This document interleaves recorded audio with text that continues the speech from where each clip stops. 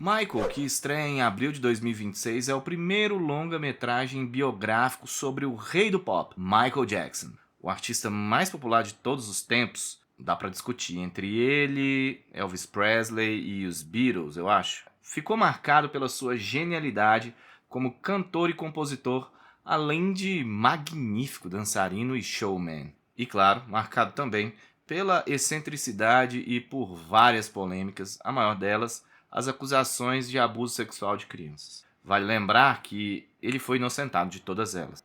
E aí eu te pergunto, em pleno ano da graça de 2026, faz sentido lançar uma cinebiografia do astro em que ele seja praticamente santificado em tela? Por que o filme escolhe esse caminho, né? Bora entender? Eu sou Marcelo Chaves e eu tenho um plano.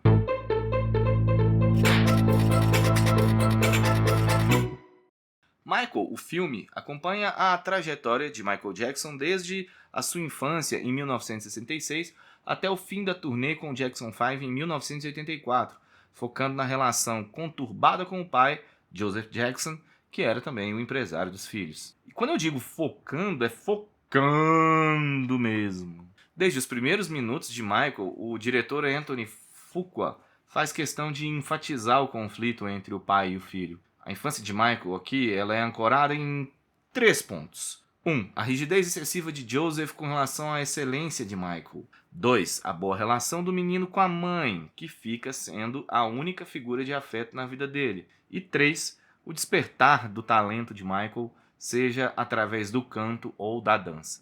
O longa é muito didático na construção dessa dinâmica aí, intercalando as cenas que se resumem praticamente a ilustrar esses 3 aspectos. O Coleman Domingo, né, que interpreta o Joe Jackson, ele consegue apresentar alguma profundidade ali ao personagem quando o roteiro permite. Ele é um excelente ator e nos faz ter um mínimo de empatia ali no início, pelo menos assim, que a gente consiga enxergar as motivações do pai por trás de toda aquela brutalidade. Porém, à medida que a trama avança, aí o roteiro joga o personagem na completa canastrice e o ator já não tem muito mais o que fazer. Mas a gente até pode dar um desconto, porque o verdadeiro Joe não era muito diferente disso não. E então o longa fica preso aí nessa dinâmica entre MJ tentando ser um artista e uma pessoa independente, mas que é impedido pelas intransigências do pai. Do ponto de vista comercial, a escolha talvez funcione, pois centraliza toda a trama em torno de um único conflito. E aí, com isso, torna o longa mais superficial. Só que aí, do ponto de vista artístico, as inúmeras e complexas camadas da personalidade do artista ficam em segundo, terceiro, quarto, quinto, sétimo. Pior, o Michael é resumido a um anjo incompreendido que ama crianças e animais, incapaz de ferir ou destratar qualquer pessoa. Olha, se isso já se mostraria absurdo para uma pessoa comum, imagine para alguém tão angustiado como era o cantor. E isso me incomoda tanto porque, como eu disse no início, o Michael Jackson foi e ainda é extremamente popular. Tratá-lo apenas como um santo que tanto sofreu devido à vilania do pai, eu acho que chega a ser desonesto. E vá lá, digamos que ele fosse realmente essa figura excepcional. Há uma pobreza narrativa muito grande aqui em justificar esse comportamento e trazer algum frescor à história do astro.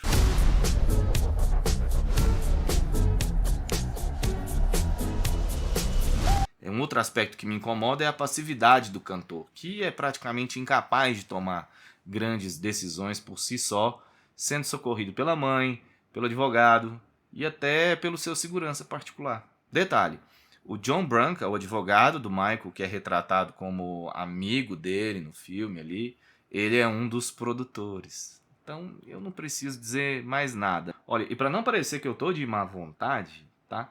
A própria filha do Michael, a Paris Jackson, ela criticou a maioria das escolhas criativas que deixaram o filme, nas palavras dela, açucarado demais. Então é isso. O filme é ruim? Bom, não. E isso se deve aos aspectos técnicos e, claro, à própria qualidade da obra do Michael Jackson. As recriações dos shows e do fantástico clipe de Thriller, por exemplo, são empolgantes, tá? E muito competentes. A montagem aqui é precisa, joga o espectador para dentro das apresentações e o design de produção e o figurino também merecem muitos elogios. no papel do ídolo tá o sobrinho dele, o Jafar Jackson, que praticamente reencarnou o tio, dançando de maneira primorosa e com todo aquele gestual idêntico. Agora, no aspecto dramático, entretanto, ele faz muito pouco. É pouco expressivo, falta naturalidade para ele. Já o pequeno Giuliano Valdi dá um show interpretando o astro na infância. Ele consegue expressar a verdade, sabe? E dança e canta maravilhosamente. Produzido por Graham King, o mesmo que viabilizou o também medíocre Bohemian Rhapsody, Michael compadece do mesmo mal daquele filme, né? Uma biografia de tino totalmente comercial que busca encantar mais pela força dos artistas retratados do que pela obra em si. E assim, convenhamos, é impossível não se emocionar, não se empolgar ao ver dramatizados ali sucessos como ABC, Thriller, Billie Jean, Bad, Human Nature, entre outras. Tá? Mas eu queria ver muito mais do ser humano Michael Jackson. Ser fã do Peter Pan e ter poucos amigos na infância são fatores que explicam uma boa parte, talvez, dessa personalidade, mas é pouco. Uma figura tão complexa merecia um drama mais complexo também, sabe? E respeitar a trajetória de um artista como Michael Jackson não é pintá-lo como uma figura idílica, endeusada. É mostrar que, apesar de humano, aquele menino homem foi capaz de realizações artísticas muito maiores do que a que um ser humano comum, entre aspas, é capaz de realizar. Ou seja, faltou respeitar de verdade Michael Jackson em sua cinebiografia. É isso aí. Grande abraço e tchau, tchau.